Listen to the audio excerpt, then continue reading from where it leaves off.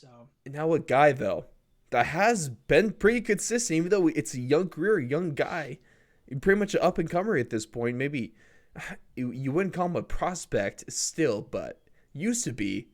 And the guy that a put up firm contender, top contender now. firm content. I mean, a contender for the bantamweight belt, already probably the lead for knockout of the year.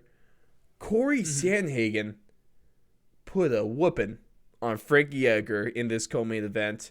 A flying knee, 28 seconds Was into the it first flying round. though? What would you classify that as? I had such a Technically, tough flying time knee. because it's Yeah. like he was planted, but like It launched it and just read it it perfectly. was more than a knee. It wasn't a full Jorge Because it Masvidal. wasn't. Yeah, I was gonna say it wasn't full Jorge.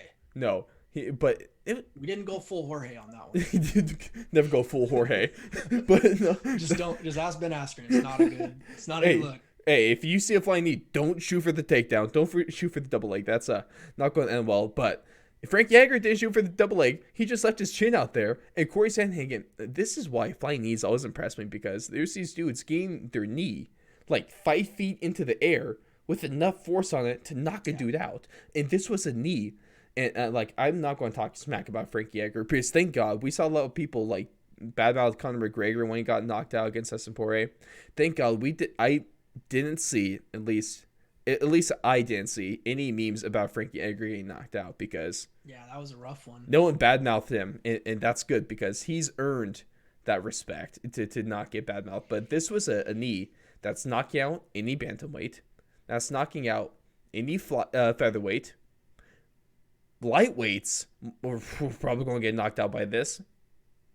So, I mean, I'm not going to criticize Frankie Edgar. I think Frankie Edgar still has some fights in them, That but was honestly just not only was it perfectly placed, it was perfectly timed and it was perfectly executed. I mm-hmm. mean, that was just perfection. That's something that he must have been drilling. It's something that he must have knew was going to be a big possibility in that fight, because the way he threw that, it was like he saw the future or something, like that. It was just made me scream like a freaking girl is what I'm trying to say. That's fair. Well, No offense to girls out there. You take hey, offense to me hey, screaming like you. hey, Blake might say that, but he at least he ain't no Stephen A. Okay, let's get that real. Dude, Oh, that stuff oh, that was crazy. I mean, he better get the next title shot after that. I mean, yeah. seriously, put him on ice. Let's see, like, give the Well, winner of it's Aljo and because get Jan. yeah, we get that at UFC 259.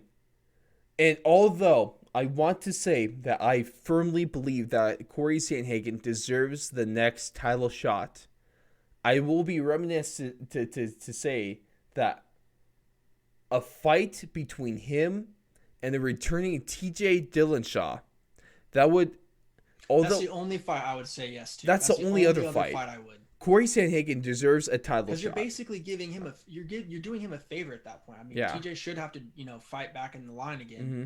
but Sandhagen, if he really wanted to prove something, put a stand, because I think with that knockout he could hold out and say, "Nah, I'm getting the next title Yeah, shot." he doesn't have to do this, but But if this fight happened, I would take that TJ shot too, because I mean, man, that's a good fight. I think for him, I think he could win that fight, because it's gonna be I think it's gonna be a stand up oh yeah, war, that'd be a battle. and That'd be a battle. I'm taking Corey in pretty much any matchup in that bantamweight division right now It's if he's just gonna be crazy. standing up. The length advantage that Cory Sandhagen has on these other bantamweights. And I was hearing some interesting things, Blake, but I know you, being the Sugar Sean fan you are, what do you make of the statement that Cory Sandhagen is what Sean O'Malley was supposed to be? He isn't anything. I mean, the only thing that's similar with between those two are maybe just the body types. Mm-hmm. But yeah, What, the tall and skinny? personality, yeah, tall, skinny, lanky. I mean, but just they're also, I don't know, man. They have beautiful striking. Um, As long I as the think, perennial nerve doesn't get kicked. yeah. Well, let's be easy on the boy. Let's be easy. Come on. I just think they're two different dudes that are going different ways to their success, but one comes with a lot more hate than the other, and the other comes with kind of a slower rise, but it might feel more genuine when the cream reaches the crop or the Mm, top, right? mm-hmm. So I don't know. I think they're similar. Yeah, I see what people are saying, but at the same time, they're different, dude. That's fair.